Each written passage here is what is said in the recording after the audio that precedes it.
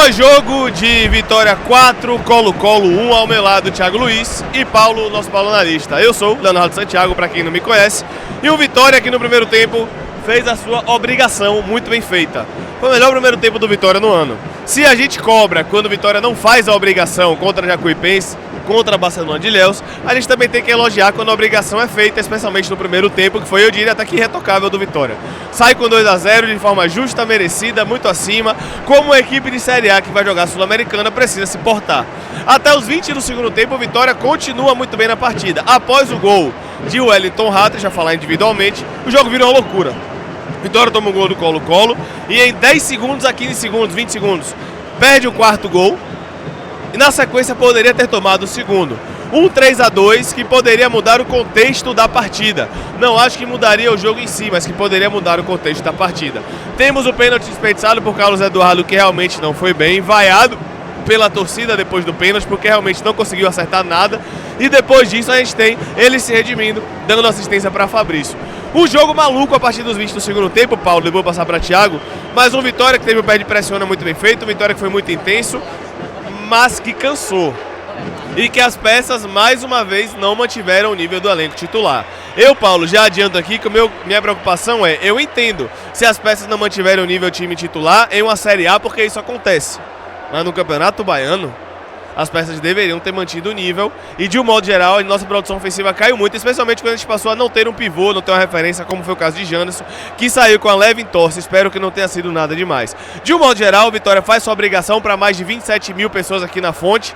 O ingresso 20, 40, 25, 50 sócios, pagou o ingresso para estar aqui na Fonte, a festa sensacional da torcida, sem dúvida o craque do jogo foi a torcida, botou para alinhar, mas de fato um Vitória que, eu não vou dizer que flertou com o perigo, mas que se o Colo-Colo, depois do Vitória perder um gol, claro que poderíamos dar 4-1, se é 3-2 ali, poderia ser um contexto desconfortável, não seria perigoso, mas seria um contexto desconfortável. Vitória que pra mim na quarta-feira não vai com a equipe titular. Pra mim na quarta-feira é todo mundo reserva.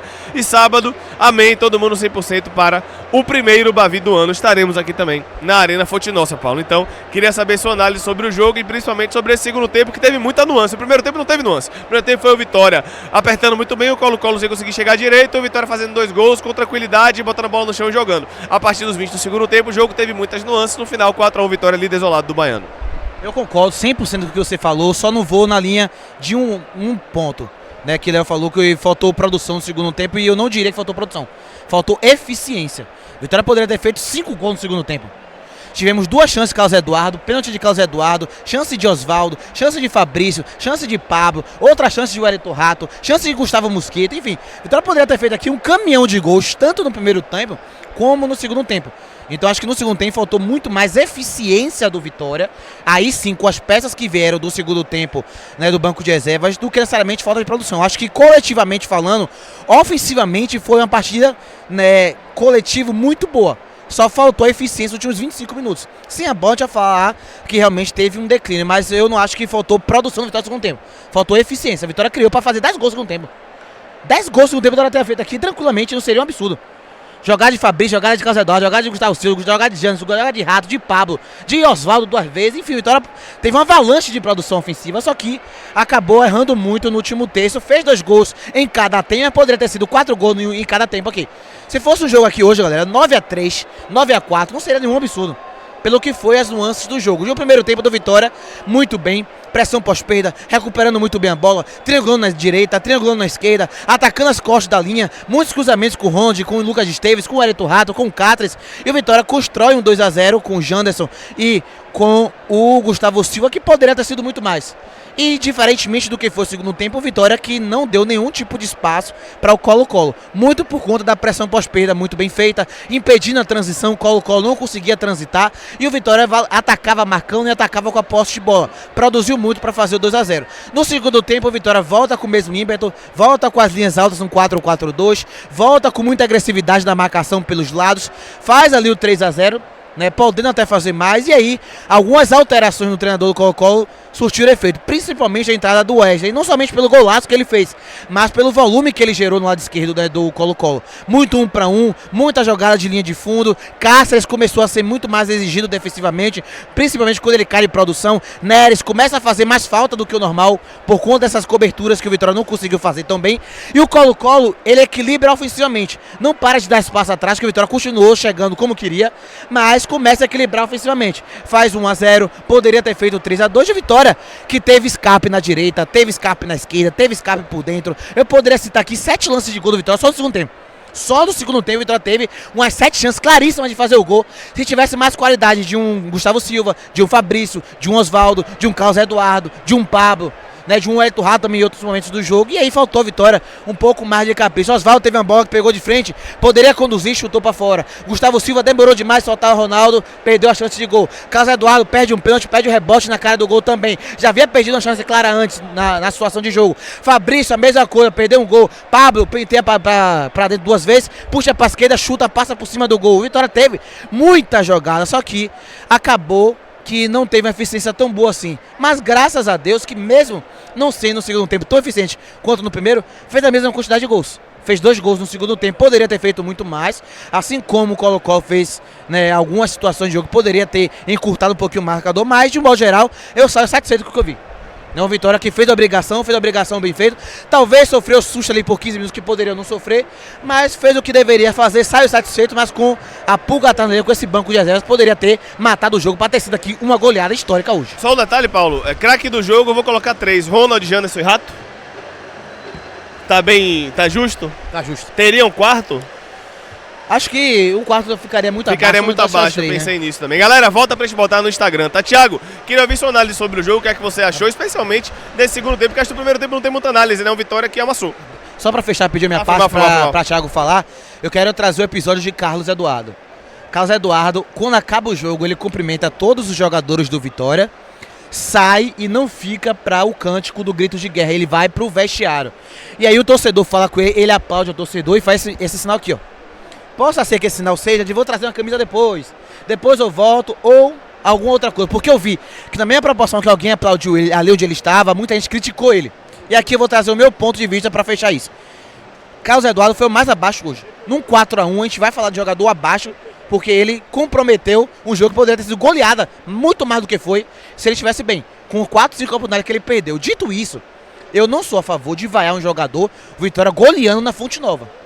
O Vitória não estava sendo eliminado do Baianão, o Vitória não estava tomando uma porrada na Sul-Americana, não era um jogo decisivo do Campeonato Brasileiro, era o Colo-Colo, no Barradão, onde o jogador estava mal na partida, mas não credencia uma vaia. Não estou dizendo que o torcedor tem que aplaudir ele, que o torcedor tem que se satisfazer com o desempenho dele, não. Você tem o total direito de criticar, você tem o total direito de não gostar da partida dele, de se revoltar com perder o pênalti, mas vaiar no jogo que a gente está goleando, eu achei desnecessário. A torcida que fez a festa hoje, e eu não tenho que falar do torcedor da Vitória, mostrou como é que faz uma festa na Fonte Nova, mas o único ponto é que eu acho que não precisaria vaiá-lo, mesmo ele sendo muito abaixo no jogo.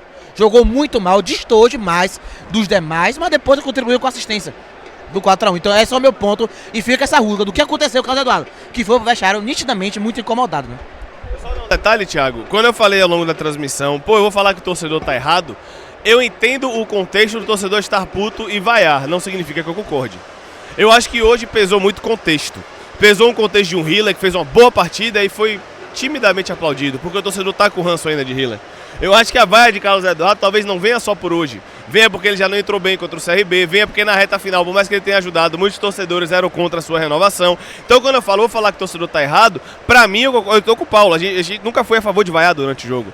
Mas dentro do contexto do torcedor, eu não posso falar que ele tá errado. Eu não faria isso, tá? Eu não vaiaria. Mas errado é muito forte, né? E vai de cada um. Não, o que eu falo é que o torcedor tem um direito de se incomodar, ele tem que estar incomodado. Porque é um atacante de um time de Série A que acabou fazendo decisões horríveis contra o Colo-Colo. Agora não vai, pô, a festa tá bonita, a festa tá sensacional. Passa batido, depois você critica o cara, depois você manifesta a sua insatisfação. Deixa o jogo acabar, tá todo mundo muito bem, os jogadores estão todos apoiando o cara. Hoje a minha nota pra Carlos Eduardo do desempenho dele é 0. Foi o pior em campo hoje do Vitória. Nitidamente foi o pior em campo. Agora segura a vaia. Protesta depois, você tem o direito. Você tem total direito, você pagou o cara pra dar aqui, você tem o direito. Mas deixa a parte final do jogo. Durante o jogo, bora apoiar, fazer uma festa bacana, bonita. E afinal de contas, tava dando 3-1 no jogo, né? Mas enfim. E aí a gente entra num contexto sobre o Bruno Xavier, aonde no chat o torcedor questionou, mas o Bruno Xavier, ele não estava em sintonia no primeiro tempo com os demais. Diferente do Carlos Eduardo, que no segundo tempo a bola chegou muitas vezes nos pés do Carlos Eduardo. E algumas tomadas de decisões do Carlos Eduardo foi errada. A precipitação em concluir a jogada foi errada. Não concordo com a vaia, certo? Mas eu também vou para essa linha que o Léo traz. Não é só o jogo de hoje. Já vem alguns ranços de jogos antigos. Eu lembro que quando o Carpini coloca o Carlos Eduardo na partida de hoje, eu chego para o Ítalo e pergunto: Ítalo, o que é que passa na cabeça do Carpini de todo jogo o Carlos Eduardo entra? E ainda tem um detalhe, o Carlos Eduardo vem de uma lesão, sabe? Então não é aquele jogador que tipo, ele já vinha jogando com os demais, ele vem de uma lesão. Por que essa insistência com o jogador que pode ser voluntarioso? Ele pode ajudar em algum contexto, taticamente, na questão de fechar os espaços, na questão de, em alguns momentos, arrastar um zagueiro, né, para quebrar uma linha, até mesmo encontrar um espaço para o jogador adversário. Mas fora isso, o que o Carlos Eduardo tem apresentado? E uma coisa também... Mas você registra que ele deu assistência no jogo. Ele deu assistência no jogo, né? Tudo bem, mas assim, vamos lá. Eu sei que o Oswaldo é um líder em campo, mas Oswaldo, com todo respeito a você, a sua história, você tem que bater o pênalti. Com todo respeito, nós somos gratos a você. Você tem uma representatividade absurda na instituição Esporte Clube Vitória, mas a responsabilidade é sua. Para preservar o próprio Carlos Eduardo. E isso é o grupo. O grupo não é aquela coisa de que não, você tem que bater porque a torcida vai te aplaudir. Não, era o momento de preservar o atleta. E faltou um pouco dessa experiência, desculpe a redundância, que o Oswaldo tem por ser um jogador experiente. Então, quando é o pênalti, a bola é minha, quem bate sou eu, porque eu vou preservar você. Então, faltou um pouco dessa... Faltou ele exercer esse papel de liderança que ele tem no elenco do Vitória. Sobre o jogo, segundo tempo, o Vitória começa bem. Aí, entre os 13 e os 15 minutos, o Colo-Colo começa a pressionar um pouco mais. O Vitória perde aquela rapidez na transição das jogadas. O Colo-Colo faz o primeiro gol. E aí o Vitória dá uma desentoada um pouco, tenta o quarto gol. As mudanças não ajudaram a equipe do Vitória. O Fabri sim. O Fabri é aquele jogador que o Vitória, ele pode contar em qual sentido? Explosão, é um jogador de muita velocidade, é um jogador que não desiste do lance. O pênalti em cima dele, se fosse qualquer jogador, Paulo e Léo, que nós estamos acostumados a ver no futebol brasileiro, o primeiro lance que ele recebeu a pancada, ele caía. A galera tá falando, mas Oswaldo deu a oportunidade dele se redimir. É verdade, mas ele é muito mais experiente que a gente, sabe que tem o outro lado também.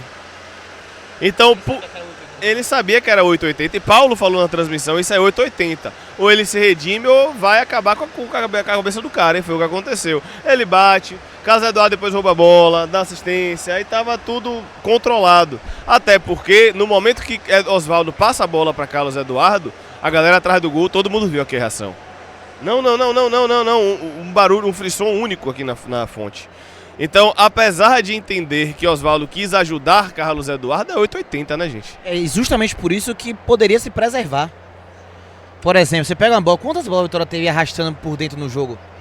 Dá a bola nele, errou uma, dá de novo a segunda, errou, dá de novo a terceira, mas pênalti é algo que fixa na cabeça do torcedor. É importante. E no gol da Tui. Pra quem não tá vendo a transmissão, a gente falou no momento que ele passou a bola pra Carlos Eduardo. Rapaz, saiu 8,80, velho. Mas eu apoiei, vocês vão ver, bora Carlinhos, vai ser com você, Carlinhos. Que eu fui até o fim por ele, que a gente tá aqui também para isso, pra apoiar o jogador. E o mesmo torcedor que no chat tá questionando, não concorda, é a opinião do torcedor, nós temos a nossa. Existe uma bola que o Pablo carrega no centro aqui, né, em direção ao gol, e ele chuta, e o Oswaldo briga com ele. Sim. Porque a bola era para o Oswaldo no lado esquerdo. Então, o mesmo torcedor que está questionando a nossa opinião, no lance do Pablo, o Oswaldo também reclama com ele. Sim. A bola era em mim. Então, faltou um pouco mais também dessa personalidade do Oswaldo, na minha opinião, na hora do pênalti. Assim, eu acho que são duas visões diferentes. Eu entendo a galera falando que o Oswaldo tentou ajudar. Eu concordo que o Oswaldo tentou ajudar. É óbvio que ele tentou ajudar o companheiro. Eu concordo com isso. Só que na hora da transmissão a gente falou, velho, isso é muito 880. Porque eu sempre falo isso no canto, tenho 4 anos falando isso. Ah, porque tem que mudar pra tal coisa. Mudanças nem sempre são pra melhor. E a gente precisa entender que no contexto desse jogo, não é certo que ele vai fazer o pênalti. Então eu achei que faltou considerar o outro lado. Entendo que o Oswaldo quis ajudar. Mas no final das contas foi um contexto que piorou, né? Em resumo, não valia o risco. Era esse o ponto. Não valia o risco. E a gente falou que não valia o risco antes de bater. O que a gente tá falando aqui, a gente falou durante a transmissão. A gente não tá falando isso porque ele perdeu. Não, independente dele ter feito ou não, a gente já fala, galera, um risco muito grande. Ainda bem que ele fez. Galera, foi um risco muito grande. Ele perdeu. É assim que funciona. Em outro ponto, a gente fala, mas ele pegou a bola e tem que assumir. Se vocês viram, a gente viu aqui perfeitamente. Ele não vai pegar a bola. Oswaldo que entrega a bola pra ele. Ele não foi assim, eu vou assumir, eu tô mal no jogo, dá a bola em mim que eu vou resolver. Não foi isso. Oswaldo pega a bola, vai ali no canto, vai Wagner atrás dele, provavelmente Wagner pode ter dito, pô, irmão, dá a bola pra Carlos Eduardo, talvez, mas a gente não pode aqui falar. Mas Wagner vai até ele e o outro jogador vai até, acho que é Pablo. Pablo vai até Oswaldo, Oswaldo sai, fica aqui no canto, Carlos Eduardo tá ali, aí Oswaldo volta e dá a bola a ele. Então, tipo, não foi ele que assumiu essa realidade. Oswaldo entregou a bola pra ele, aqui, como eu falei, quer dar confiança ao cara, Oswaldo faz o gol. Faz o pênalti, 4-1, pega todas as bolas, tá por dentro, como foi. O Vitória teve 90 bolas idênticas, arrastando por dentro e 2 opções do lado. Tá nele. Galera tá falando que na transmissão parece que Wagner pediu. Pra bater ou pra dar pra... Pra dar pra Carlos Eduardo. Ah, foi o que eu senti, que eu vi que o Oswaldo chegou assim, Caio Wagner chegou, vai conversar, só que não deu pra saber o que era. Agora sim, vamos lá. Da mesma forma que a galera tá caindo matando nele, a gente não vai fazer isso. Ele realmente foi o peão em campo, ele antes do pênalti tinha errado 3 bolas na linha de fundo que ele não conseguiu nem fazer o cruzamento, perdeu o pênalti, perdeu o rebote, foi muito mal. E perdeu um gol na cara, né? Que ele recuou pro goleiro. Que a gente falou, começou aí. É verdade. Porém, da mesma forma que a galera tá reclamando, a mesma galera que tá reclamando da gente, que a gente tá falando que era um risco, tá querendo que o Carlos Eduardo vá embora e rescinda. É importante ressaltar que Hiller também tinha que rescindir quarta-feira. Pra uma galera. E hoje Hiller foi muito bem. Eu não estou dizendo que hoje Carlos Eduardo é meu titular. Nunca foi. Nem ano passado. É bom que se diga. Nunca foi meu titular, nem ano passado. De fato, foi o pior em campo. E se o time for reserva quarta-feira, ele começa no banco. Se o time é reserva quarta, ele tá no banco. Se o time é titular, ele é a terceira opção. Mas isso não significa que a gente tem que tirar o cara. Não presta mais pra nada. Não é assim que funciona o futebol. Vai parecer que eu estou passando pano, mas eu fiz isso para rigorosamente todos os jogadores. Antes de entrar em campo aqui, Carlos Eduardo tinha 28 minutos na temporada. Pô. É o segundo jogo do Carlos Eduardo na temporada. Eu acho que o Carlos Eduardo vai ser o jogador que vai entrar, vai nos salvar. Não. Ano passado salvou até em alguns momentos. Roubando bola, sofrendo pênalti e tal. Não é um jogador que tecnicamente fala assim, meu Deus, bota ele que ele vai resolver, vai fazer vários gols. Não é isso, mas vamos ter calma. Não precisava vaiar hoje. Merece todas as críticas? Merece 100%. 100% ele merece todas as críticas do mundo. Mesmo se fizesse o gol de pênalti. Mesmo se fizesse o gol de pênalti, merecer críticas. Importante. Agora, de merecer críticas, a vaiar e essas críticas serem expostas durante os jogos, poderia ter sido igual. Ao ponto de, se vocês observarem, Carpini, Stefano Dejan, os 11 de linha e o banco de reserva, todo mundo tá pedindo pra parar. Não, na hora que Carlos Eduardo dá uma assistência pra Fabrício, todo mundo vai abraçar ele. E aponta pra ele. E aponta pra ele. Quando ele recebe as vaias, Ronald no meio do jogo, quando vira pra torcida e fala assim, ó, e faz sinal de não. Oswaldo a mesma coisa. Então é algo que a gente tá falando aqui, que o grupo que vocês estão falando que estão unidos, queria que fosse, né, mostrado em campo, da torcida para o jogador. Não é que você tem que aceitar a Casa. Ninguém tá falando aqui, bata palma pra Casa. Ninguém tá pedindo claro isso. Que não, pô. Pelo amor de Deus, pô. Paulo deu um tapa aqui na mesa que a internet literalmente caiu. A live caiu, é bom trazer isso aqui, porque quem tá falando isso é um cara que ficou louco quando ele perdeu o gol. É um cara que no pênalti levantou, botou a mão na cara, ficou 5 minutos aqui, ó. Quando ele perdeu o pênalti. Só que isso, pra vaiar o cara, segura, pô. Segura, aí você vê. Carlos Eduardo, ele não fica pro grito de guerra. Eu vi aqui, eu fiquei acompanhando só ele no final. Só ele, eu fiquei olhando. Ele fala com todo mundo, vai pro banco de reserva, o torcedor fala com ele, faz alguma coisa assim, ó. Aí eu não sei o que é que isso significa. E, e nitidamente ele tava retado a vida. E só pra passar a palavra pra Thiago, eu também não estou passando pano, porque mesmo que ele esteja abaixo fisicamente, ele errou, independente do pênalti, esquece o pênalti, ele errou o fundamento técnico hoje, tá? Independente da parte física. Porém, eu não posso deixar de ressaltar que ele sempre foi um atleta cuja principal característica era a parte física. Então ele não está na ponta dos cascos. É justificativa pra ele chegar na linha de fundo 3 vezes e errar as 3? Não, não é justificativa. Mas ainda assim é um atleta que me parece, até por esse começo de temporada, a forma que ele terminou dando assistência para Alejandro no Maracanã e a forma que ele está começando a temporada, me parece que é realmente um atleta que depende muito mais do físico do que necessariamente de outras valências. Eu concordo que ele não foi bem, mas o Vitória deu 4-1 e eles não tem que rescindir porque o cara fez um jogo ruim, como não tinha que rescindir com o Hiller quando fez um jogo ruim, como não tinha que rescindir com o Zé Marcos porque entregou um gol. Não é assim que funciona. E não significa que ele se redimiu, mas ele dá uma assistência depois. Ele participa, né? Ele ajuda depois, né? Conseguindo ali dar assistência pro Fabrício na jogada que ele tem o mérito de roubar a bola e conseguir, né, cortar. Mas a gente sabe que ainda é insuficiente. Pra gente não falar só num tópico com o Carlos Eduardo, queria falar de vocês que quem diria, aí vou trazer a bola pra Thiago, depois o Faléu, que estaremos aqui preocupados porque o senhor Janderson saiu machucado hoje. E aí? Segura essa pedrada nas caixas do peito. Gol e assistência hoje, tá? Gol e assistência, viu? Quando o Janderson, quando o Janderson sai, eu me preocupo, né? Eu me preocupei. E foi nítido o quanto o Vitória, quem diria, né? O quanto o Vitória cai de rendimento com a saída do Janderson. Questões do pivô, a questão do arraste. Entra um cara que até jogou de falso 9 já, mas não é a dele. Mas não é a aí dele. Eu achei que Carpini errou. Já era pra ter vindo com o Fabrício, não com o Carlos Eduardo. Botar o Carlos Eduardo aberto, não de falso 9. E aí a gente começa a ver que o cenário muda com a saída do Janderson. O Vitória perde ofensividade, o Vitória perde principalmente a defesa do Colo-Colo por não ter o Janderson como aquele centroavante, começa a subir um pouco mais a sua linha de marcação do campo de defesa, e isso acabou gerando uma pressão maior na equipe do Vitória. E o Carpini, quando o Janderson sai, ele não tem ele não conseguiu enxergar qual tipo de mudança ele ia fazer na partida. Então, olhe um jogador que foi o ano passado muito criticado, e deixar claro, tá, torcedor? Não estamos dizendo aqui que o Janderson é a solução do problema do Vitória, mas a saída do Janderson trouxe um cenário totalmente diferente até o Vitória conseguir voltar para a partida, sabe? Então, o Janderson, esperamos em Deus que não preocupe, que não tenha sido nada grave, né? Quem diria, mas com a saída do Janderson, o Vitória perde um pouco mais daquela questão da ofensividade. Pode falar. Eu tô pedindo aqui pra equipe o negócio. Deixa eu encerrar aqui o corte. E como o futebol é maravilhoso, sábado 1º de fevereiro, estaremos aqui na Fonte, comemorando ou o gol ou a assistência de Carlos Eduardo, que dará os 3 pontos ao Vitória no Bavi. Você viu primeiro aqui. Valeu, Amém. Fui. Amém. Abençoa, Senhor. Vamos continuar na live. Um abraço. Futebol.